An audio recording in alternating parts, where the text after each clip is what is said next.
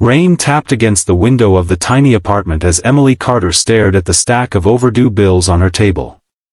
Being a nurse was more of a calling than a job for her, but it didn't pay enough. She often skipped meals to make sure her younger brother had enough to eat, and her worn-out shoes told the story of someone who always put others first.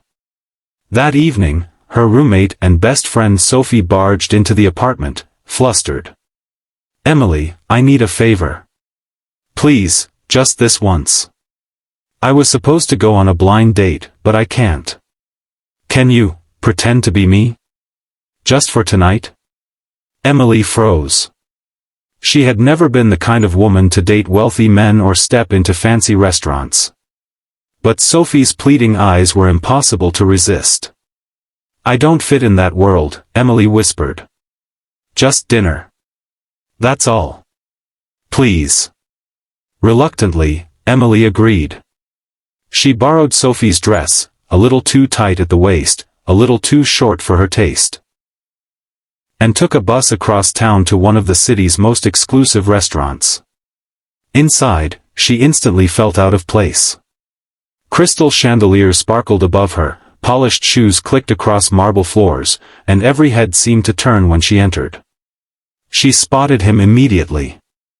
At the corner table sat a man in a tailored navy suit, but there was something different about him. He wasn't scrolling through his phone or checking his watch impatiently. Instead, he sat quietly, staring at an empty chair with eyes full of exhaustion and loneliness. Daniel Hayes. Billionaire CEO. Widely known in business magazines, though Emily only recognized him vaguely. But sitting there, he didn't look like a powerful man, he looked like someone carrying the weight of the world. When Emily nervously approached, he stood politely. His voice was warm but tired. "You must be Sophie. Thank you for coming." Emily nodded, guilt twisting in her stomach. She never liked lying. But when Daniel smiled, not the corporate smile for cameras but a real, fragile smile, she decided she would stay, just for dinner. The meal began awkwardly. Emily fumbled with the silverware, embarrassed when she didn't know which fork to use. But instead of laughing, Daniel gently pushed his own plate aside and said, "Honestly, I'm terrible with all these rules. Can we just eat like normal people?" And just like that, the tension broke. They talked. Really talked. About childhood dreams, about books Daniel used to read to his daughter before bed, about Emily's long night shifts at the hospital and how she sometimes sang to patients who were too scared to sleep. Hours slipped away unnoticed. Emily laughed more than she had in months. And Daniel. Daniel looked lighter, as though the invisible chains around him were beginning to break. At one point, Emily asked quietly, "Why did you agree to a blind date if you're so busy?" Daniel's eyes lowered. "Because being successful doesn't mean being happy. My wife passed away 3 years ago. My daughter, she's 8 now, keeps asking why I never smile anymore. Tonight was supposed to be a step forward." The honesty in his voice pierced Emily's heart. She wasn't looking at a billionaire. She was looking at a father.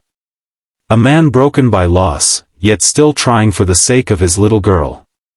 And in that moment, Emily's decision to come here no longer felt like a lie. It felt like destiny. At the end of the night, Daniel insisted on driving her home. When his sleek black car pulled up in front of Emily's worn-down building, she blushed. "This isn't exactly the neighborhood you're used to."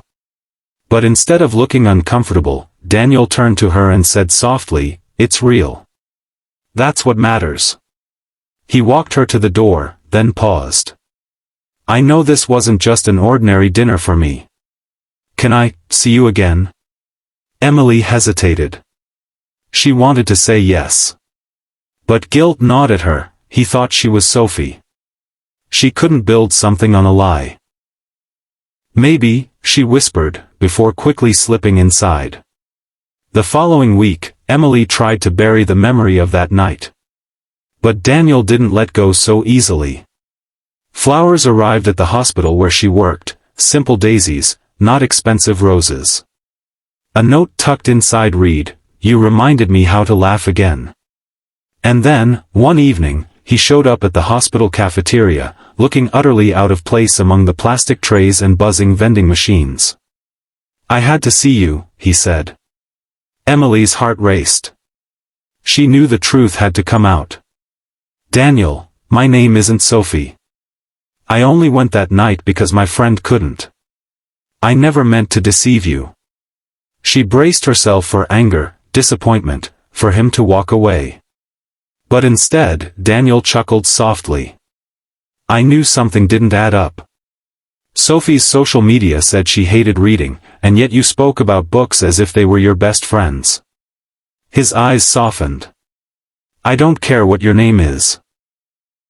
I care that you're the first person in years who looked at me and didn't see a CEO, just a man." Tears welled in Emily's eyes. No one had ever seen her like that either. Weeks turned into months.